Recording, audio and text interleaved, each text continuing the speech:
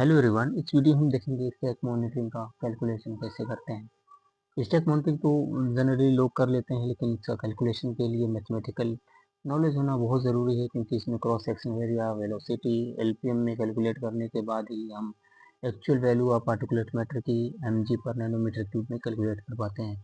तो इसलिए हमें पहले ये देखते हैं कि स्टैक मॉनिटरिंग क्या होता है। तो stack monitoring is the method or the systematic technique. Stack monitoring technique systematic technique है to measure the analyze exhaust emission particulate matter sulfur dioxide carbon monoxide from industrial chimney. These methods provide the essential data to evaluate the pollution control device, enforce environmental regulation and safeguard public health. ये जो data हम collect करते हैं उससे हम बता सकते हैं कि जो हमारे चिमनी के साथ साथ एयर पोल्यूशन कंट्रोल डिवाइस लगी है वो काम कर रही है कि नहीं कर रही है, जो भी इन्वायरमेंटल रेगुलेशन बनाए गए हैं वो इन्फोर्समेंट हो रहे हैं कि नहीं हो रहे हैं, और जो भी पोल्यूशन निकल रहा है वो सेफ गार्ड है पब्लिक हेल्थ के रिगार्डिंग कि नहीं। तो इसके लिए इसलिए हमें स्टैक मॉनिटरिंग करना बहुत ज़रूरी होता है। तो स्टैक मॉनिटरिंग करने के लिए हमें क्या क्या चीज़ें की रिक्वायरमेंट होती है। सबसे पहले पाइटो ट्यूब होती है, जो एक मेटल ट्यूब होती है। इसको how fast gas move from up to chimney, जो भी किस वेलोसिटी के साथ चिमनी से गैस निकल रही है उसको मेज़र करने के लिए हम पाइटो ट्यूब का यूज़ करते हैं।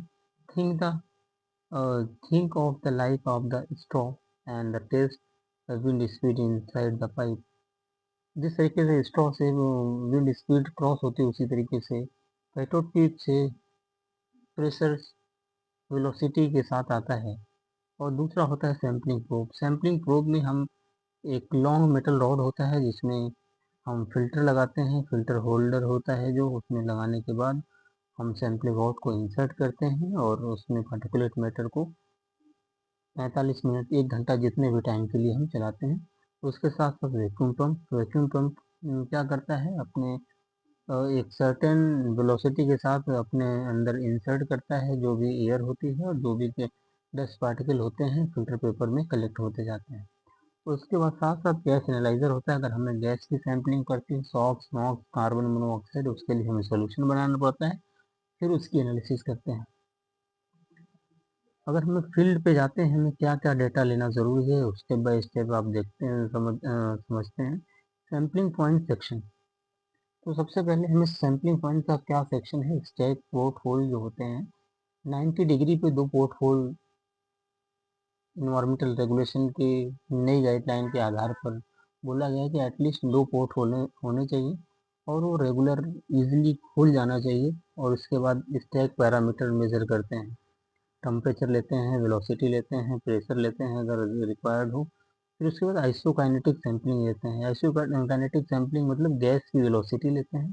सैम्पलिंग की वेलोसिटी होनी चाहिए तभी एक्यूरेट पीएम मिले, क्योंकि गैस की वेलोसिटी अगर हमें नहीं रहेगी एक्चुअल पीएम नहीं मिल पाएगा। तो फिर उसके बाद हम डस्ट कलेक्शन कर लेते हैं फिल्टर में, जो फिल्टर होल्डर होता है।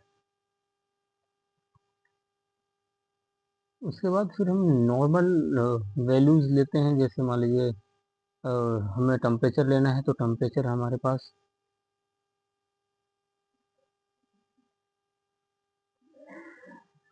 उसके बाद हम नॉर्मल वैल्यूज लेते हैं, उसके बाद हम कैलकुलेशन कर लेते हैं।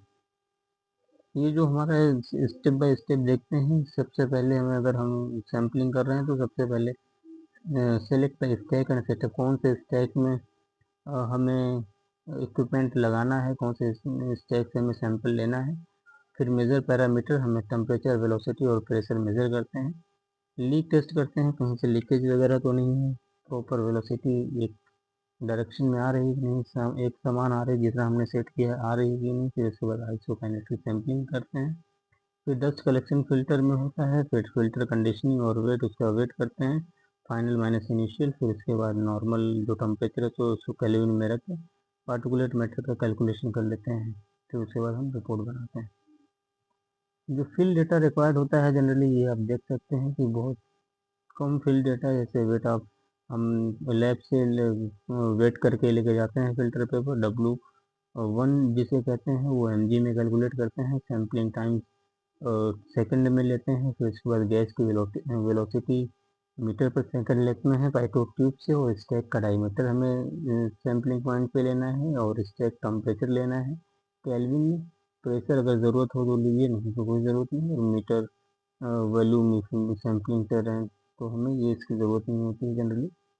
अब मान लीजिए हमने ये डेटा फील्ड से ले लिया, टेम्परेचर हमने डिग्री सेल्सियस में लिया 105, तो केल्विन में बदलने के लिए 273 ऐड कर देते हैं, 378 केल्विन।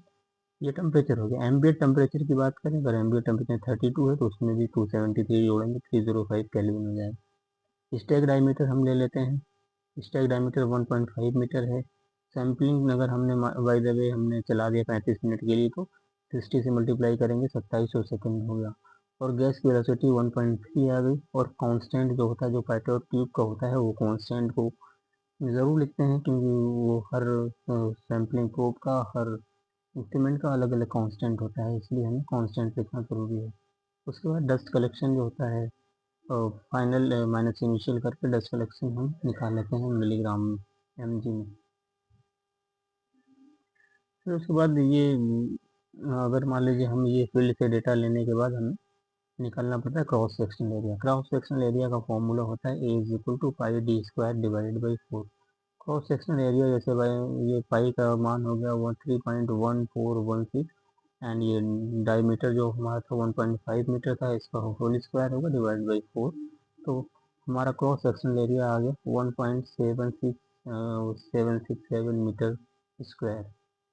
फिर उसके बाद actual volume of gas sample, actual volume हमको लेना है। एक्चुअल वॉल्यूम लेने के लिए velocity into area into time. Velocity कितनी थी 1.3 थी, और जो हमारा एरिया था 1.767 था, और टाइम जो था सेकंड नंबर 2700 2700 सेकंड।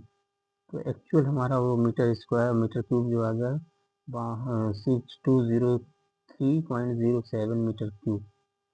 अब हम लेंगे कन्वर्ट द नॉर्मल वैल्यू। जो अब नॉर्मल वैल्यू में हमको कन्वर्ट करना है, normal value is equal to होता है actual into 273 divided by temperature of stack plus 273।